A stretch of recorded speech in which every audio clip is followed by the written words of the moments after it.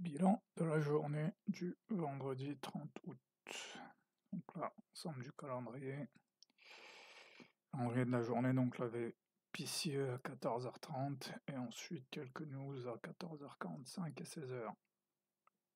Donc ici, ça, non, pas un signal suffisant. Ici non plus, ici non plus, ici non plus, parce que là, on reste dans l'open range. Donc là, pas de signal.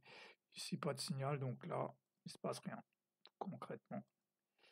Voilà, là, je peux considérer que j'ai un premier signal ici pour aller chercher mi VHB. Ici aussi pour aller chercher mi VHB. Donc là, j'ai un premier signal. Donc ici, il y a eu une news ici à 16h, mais je peux pas vraiment dire qu'elle était mal accueillie. Donc là, c'est marteau et avec un marteau plus bas. Donc ça, c'est un signal faible, mais ça se prend. Ici, le fair value gap est respecté. Il y a le gap close ici. Pourquoi je vendrais juste avant ce mi-VHB? Parce qu'il est assez probable qu'on va aller clôturer le gap ici. C'est pour ça que je pourrais vendre ici. Là, non. Là, j'arrêterai de vendre. Ici, il y a quand même un fair value gap qui s'est ouvert et qui est respecté. En plus, ici, je ne prendrai pas ce reversal parce qu'il est après 17h30. Voilà, ici, l'heure est importante. 17h30. Donc ici, je vendrai plutôt ici ou ici, parce qu'il y a encore le gap close, mais pas celui-ci. Là, voilà, là, parfait. Déviation, réintégration, donc là, signal d'achat. En plus, à 18h45, ça c'est un très bon signal. Là, maintenant, je m'attends à ce qu'il y ait un rebond. Voilà, ici. Là, le fair value gap s'ouvre ici, s'il est respecté. Là, confusion. La phase de confusion, clairement. Est-ce qu'on continue, est-ce qu'on baisse? Là,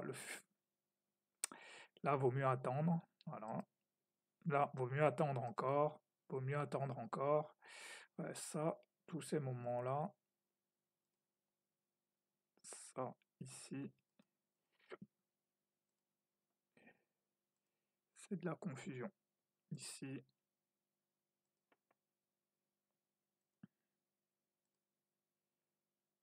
Ici. Voilà. Là, par contre, ici, j'ai ici épaule, tête, épaule. Donc, à partir d'ici, je peux racheter. Ici, je peux racheter. Rebond mi-VHB. Très important. Rebond mi-VHB. Donc, très probable qu'on va venir chercher ici à JP. Donc, à partir de là, je peux acheter. Je peux acheter ici aussi. Voilà. Ici, le signal, c'est voilà, phase d'accumulation et puis un marou qui fait un nouveau plus haut. Donc voilà, ensuite là, on vient chercher AJP, donc RB mi-va HB, test AJP. Assez pas compliqué à comprendre. Donc là, si je regarde toute la semaine, on est dans un range, voilà, depuis le 19 à peu près. On est dans un range ici, on est resté dans le range à peu près de la semaine d'avant.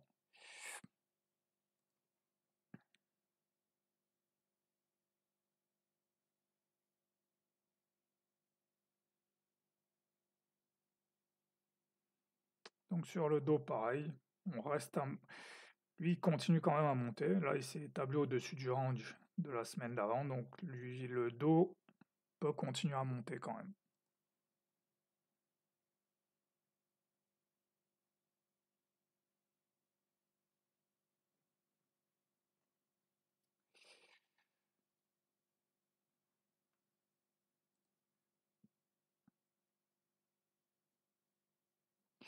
Donc le Nasdaq, lui, s'est un peu établi en dessous. Donc lui, il montre quand même des signes de faiblesse. Donc le Nasdaq est à surveiller, parce qu'il montre, voilà, il montre des signes de faiblesse. Voilà, bon, sur les signaux.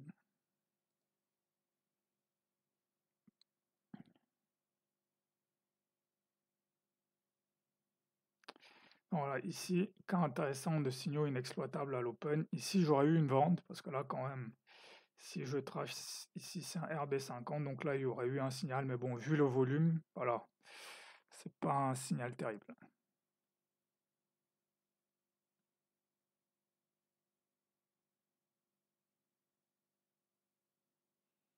Et puis ici, voilà, ici un breakout confirmé. Ici, je peux tenter le R1 test et la déviation.